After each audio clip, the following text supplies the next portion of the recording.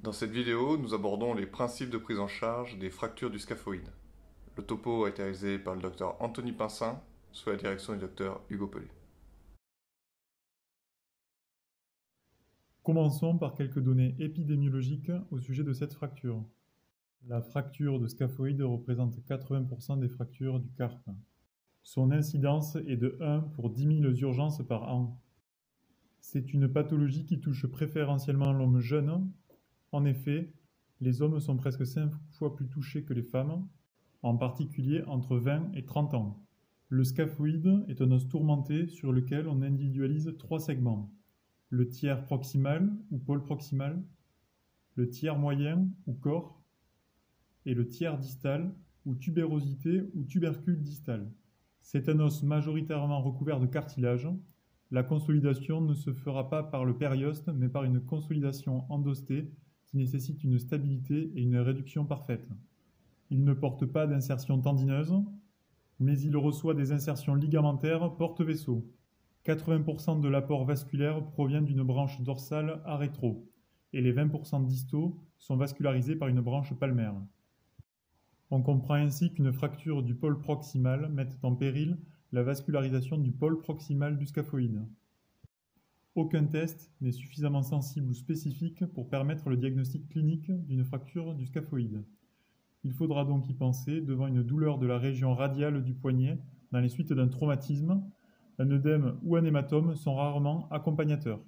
La palpation du scaphoïde au niveau de sa tubérosité, de son corps ou de son pôle proximal peuvent faire évoquer le diagnostic. Enfin, la mise en compression de la colonne du pouce sur le carpe peut sensibiliser l'examen. Face à cette douleur de poignet post-traumatique aspécifique, il faudra être particulièrement vigilant à l'analyse radiographique. Souvent, les classiques incidences, poignées de face et de profil suffisent. Mais devant un doute radiographique ou une discordance radioclinique, les incidences spécifiques peuvent permettre de faire le diagnostic. Il s'agit des incidences de Schneck 1, Schneck 2, du cliché de face en pronation point serré et de l'incidence de Larsen. Face à un doute persistant, le meilleur examen permettant le diagnostic de fracture occulte est l'IRM. À défaut d'accès à l'IRM, le scanner peut permettre le diagnostic, même s'il faut faire attention à l'aspect trompeur d'un canal vasculaire. Le premier à décrire les fractures de scaphoïde est Trojan en 1959.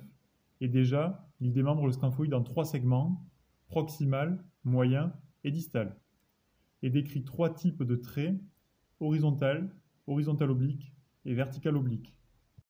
La classification de Russe, publiée en 1960, reprend le même démembrement en 3 segments. Un peu plus tard, en 1984, ce sont 2 chirurgiens qui vont décrire chacun des classifications plus complètes.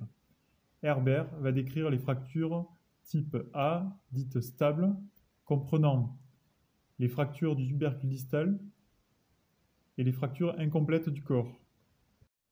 Et les fractures type B, dites instables, ce sont les fractures distales obliques, les complètes du corps, les fractures polaires, associées à une luxation ou avec 3e fragment.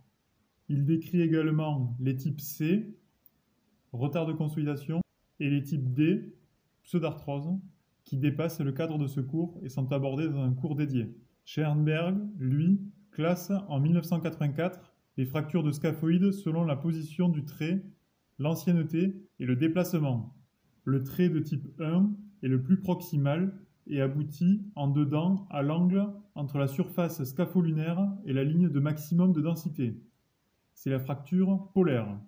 Le trait de type 2 naît dans la moitié proximale de la surface radiale et se termine dans le tiers proximal de la ligne de maximum de densité. C'est la fracture corporeale haute. Le trait de type 3 naît dans la moitié distale de la surface radiale et se termine dans la moitié proximale de la ligne de maximum de densité. C'est la fracture corporeale basse. Le trait de type 4 passe au niveau de la tubérosité latérale. C'est la fracture transtubérositaire. Le trait de type 5 passe sous la tubérosité latérale.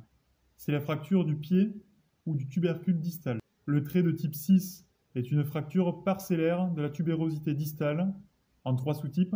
L'ancienneté ou stade, sépare les fractures récentes et anciennes selon une limite de 6 semaines, puis les pseudarthroses. Enfin, il décrit des critères de déplacement, 1 mm ou angulation de 15 degrés. Il décrit ainsi les fractures non déplacées, les fractures déplacées, puis les comminutives ou avec lésions associées. Abordons maintenant le traitement des fractures de scaphoïdes. Chaque segment sera pris en charge de manière différente. Le risque d'ostéonécrose est important après une fracture du pôle proximal. La littérature montre que le traitement chirurgical réduit l'apparition de cette complication. Il passe par l'ostéosynthèse antérograde, par vissage autocompressif, chaque fois que possible. L'utilisation de broches sera réservée aux fractures comminutives ou aux très petits fragments proximaux. Le rationnel concernant la prise en charge du tubercule distal est différent. Le taux de pseudarthrose est bas, un discret déplacement est toléré. Cette fracture relève donc d'un traitement orthopédique avec immobilisation 6 semaines à 3 mois par manchette, sans immobilisation de la colonne du pouce. Le scaphoïde étant un os impliqué dans la mobilité du poignet et non du pouce, l'immobilisation du pouce n'est pas nécessaire. Le traitement sera chirurgical uniquement en cas de déplacement important. Enfin, c'est dans les fractures du corps du scaphoïde que la prise en charge est la plus discutée. Les critères radiographiques sont les premiers à prendre en compte. Si la fracture est non déplacée, non comminutive, non oblique et isolée, le traitement orthopédique peut être proposé. Cependant, contrairement aux fractures du tubercule distal, sa durée sera de 3 mois face au risque de pseudarthrose. Si la fracture est déplacée, comminutive, oblique ou associée à une fracture luxation périlunaire du carpe ou fracture de radius distal, le traitement sera chirurgical. Il fera appel à une ostéosynthèse rétrograde par vissage autocompressif, l'usage de broches étant une nouvelle fois indiqué pour synthéser de petits fragments. Devant une fracture corporéale simple non déplacée, si nous avons vu que le plâtre pouvait être indiqué et probablement accepté par un patient sédentaire, une immobilisation de 3 mois peut être moins bien acceptée par un patient actif. Rappelons que la conduite automobile n'est pas assurée en cas de port d'une orthèse.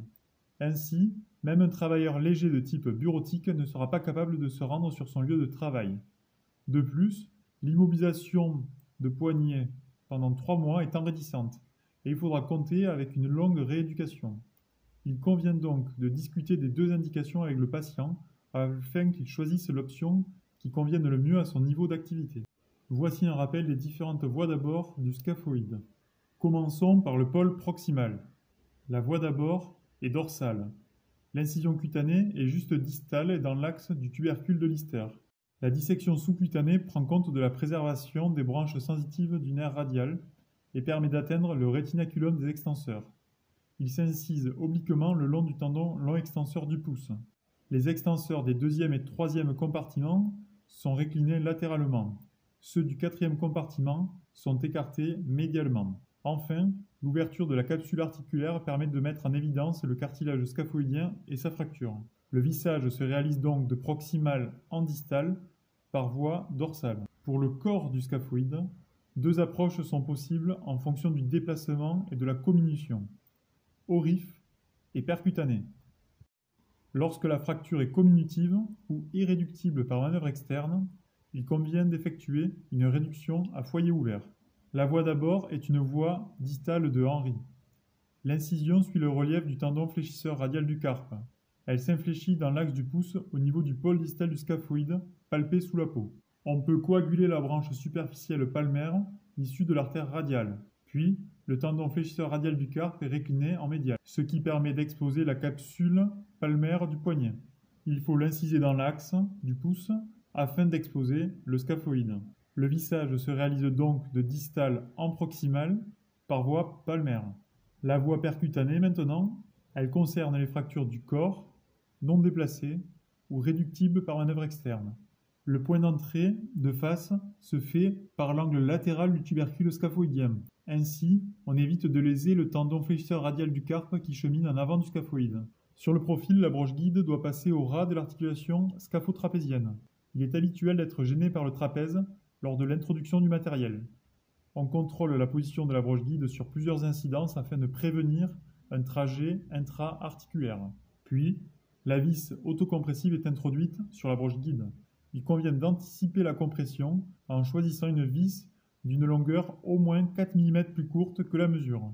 La position du matériel est également contrôlée sur de multiples incidences. Nous avons ainsi vu les différentes voies d'abord du scaphoïde. Les complications propres aux fractures de scaphoïde auront en commun de mener à l'arthrose de poignet, dite SNAC. La complication la plus fréquente est l'ostéonécrose du pôle proximal, qui complique 13 à 50% des fractures du pôle proximal selon les séries. 5 à 10% des fractures se compliquent d'une pseudarthrose. La consolidation en calvicieux, responsable d'une désaxation de la première rangée des os du carpe, ou DISI. Et enfin, le conflit avec le matériel, responsable d'une arthrose iatrogène. Pour conclure, la complication à prévenir d'une fracture de scaphoïde est l'évolution arthrosique. Deux voies d'abord sont possibles. La voie dorsale permet le vissage antérograde et la voie palmaire permet le vissage rétrograde. 3 segments composent le scaphoïde et ont chacun un rationnel thérapeutique différent. Enfin, 4 classifications permettent de décrire les fractures de scaphoïde, mais la classification de Schoenberg est la plus utilisée en France. Merci d'avoir vu cette vidéo. Vous pouvez continuer de suivre l'actualité scientifique de notre département en vous abonnant à notre chaîne Ortho Stream. Merci.